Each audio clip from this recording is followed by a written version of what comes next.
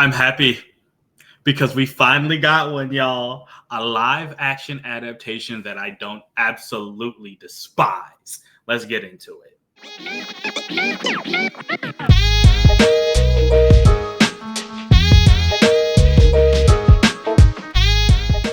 All right, so How to Train Your Dragon, a live adaptation of the 2010 animated film, a film which still very much holds up to this day, and I'll say off jump, is probably going to be the version a lot of people prefer.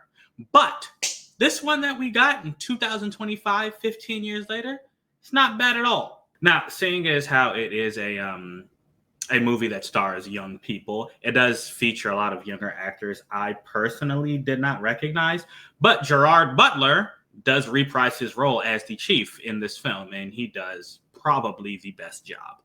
But we'll get into that in a little bit.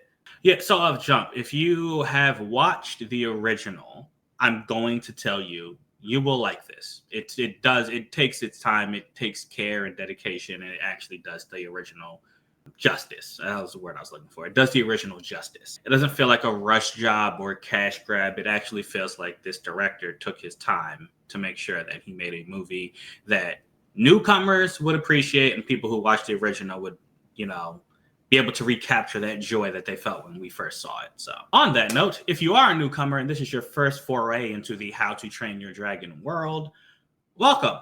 It takes place in the land known as Berk, where we have a clan of Vikings who are at war with a clan of dragons. And it's been happening for as long as anyone can remember. Our main character is a young Viking named Hiccup, who is the son of the chieftain. But unfortunately, Hiccup is, physically weak, and he actually just doesn't like violence. And he has empathy for these dragons, which has led him to being ostracized and shunned and pretty much just made fun of. And things get even worse for his situation when he meets, helps, and befriends a dragon he names Toothless.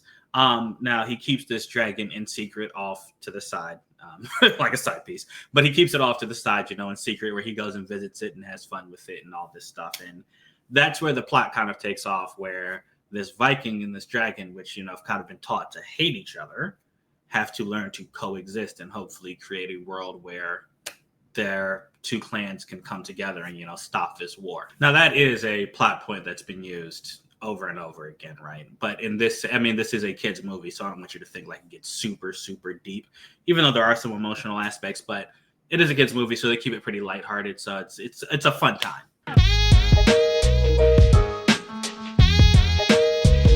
Now, we normally start with what I don't like, and in this movie, there's just one thing, and it's kind of what I mentioned earlier. Because these actors are young actors, I do think that, they haven't really developed their acting skills that much. And I'm not even talking about their acting. I'm specifically talking about the comedy in this movie. It just didn't land for me. And they're reusing a lot of the jokes from the original animated film. So it's not the writing of the jokes. It's all about the delivery.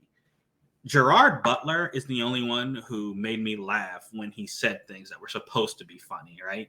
Everyone else, when they delivered their lines, I didn't react. And it wasn't really just me. The entire theater I was in, there were plenty of times where someone said something and no one laughed, and not even the kids in the theater. So I do think the comedy was kind of the weaker points of this movie. But that's it. I'm about to gush all over this, man. Again, I really appreciated this film. And the first thing you'll notice is the way it looks. There's a combination of CGI and practical effects that just does wonders. The dragons, they are clearly CGI, very clearly CGI, right? But there's a difference between knowing something CGI and you're supposed to know and knowing something CGI when you're not supposed to know. And in this case, the creators know that, of course, there are no such things as these, right? But, the level of detail in their face, the way the actors interact with them, the emotions that they show, they're animated just like they were in the animated film. And it gets to a point where, you forget you're looking at a computer-generated object and you're just looking at a character, another character in the film, just like the humans are characters in the film. So great job with that. The environments, oh my gosh. Now, I am 100% certain this is not an accurate representation of what Viking culture actually looked like. But I will say the housing, the clothing, the weaponry, the all the gadgets, because Hiccup is like he's a tinkerer, he makes gadgets. All that stuff just it looked like super high production value. So I'm not sure what the budget of this movie actually was, but it looked very, very good, very well done. Like they spent their time doing this, especially the clothing. I can't get over that. I mean, it's a kids movie, so you don't have to really impress kids with the level of design you put into your wardrobe. But I want to shout them out because I was looking at it and I was like, yo, that is like some serious stitching going on. So I thought that was really cool. And then the actual action adventure part of this film, also top notch. So there's a lot of like drone shots, right? That kind of gives you like a POV, like when Toothless is flying and he has Hiccup on his back. They're flying, then it switches to a drone to kind of show you what they're seeing. And it's not a new technique, but it's done very well. That's the name of the game of this movie. They do old things very, very well. Or not old things, but things that you've seen before, but they just do them very well here. So, when we're shooting above the clouds, when we're coasting along the water, when we're dashing through mountain passes, like, you feel like you're one of these characters in this movie with them. And the same goes for the fighting. The final boss, like the I guess the dragon that we see, the last dragon we see, that was in itself a marvel. Like if they had spent the rest of the movie was trash, right? And then we saw this final scene, we'd be like, okay, well, that's where the money went to. But it's not like that because this dragon, again, it got to a point where I know dragons aren't real, but I'm looking at this and I'm like, wow, that is really, really well done. Again, because the combination of practical and CGI, you can't really pick out a point where you're like, oh, come on, that's terrible. That's horrible. I mean, there's some pretty obvious green screen that happens, but as far as character design goes, no, you're not going to, there's nothing like Jar Jar Binks in here. But anyway, yeah, like I was saying, the actual action, man, like I feel the tension, when our characters are fighting against the more aggressive dragons and there's fire flying or boulders flying and there's smoke and there's ash in the air, or they're getting flipped off of their dragon's back and flying, free falling through the air. Like the danger and tension, man, like I feel it. Again, I feel like I'm there. And then can we talk about Gerard Butler for a minute? I mentioned him earlier. I shouldn't be surprised at how good he was in this movie.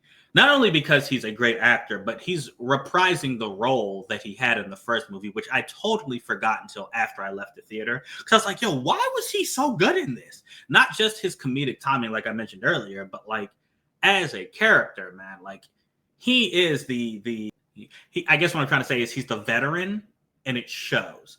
There is one scene in particular, where he is so upset with his son, Hiccup. And he has a combination of like regret, anger, and sadness. It's all rolled into one, and you see it all on his face. Like all these emotions rolling through his face as he's speaking to his son and like yelling at him and telling him, yo, you done messed up. You can't be here anymore. And it's just gotta give my man flowers for that. But yeah, bro, I'm not gonna rap too much longer. How to Train Your Dragon, worthy adaptation. If you love the original, go see it. If you haven't seen the original, go see it. This movie is a 4 out of 5. And speaking on that, one of my favorite creators, I just saw him post a video. And it's something I've thought about, me and Joe, we've talked about. We have to rethink our whole scale because it doesn't make sense for, 2 movies that we think are mid to like get a 3, right? Like I may think Clown in a Cornfield is a 3 because it's mid. And I may think Thunderbolts is also a 3 because it's mid.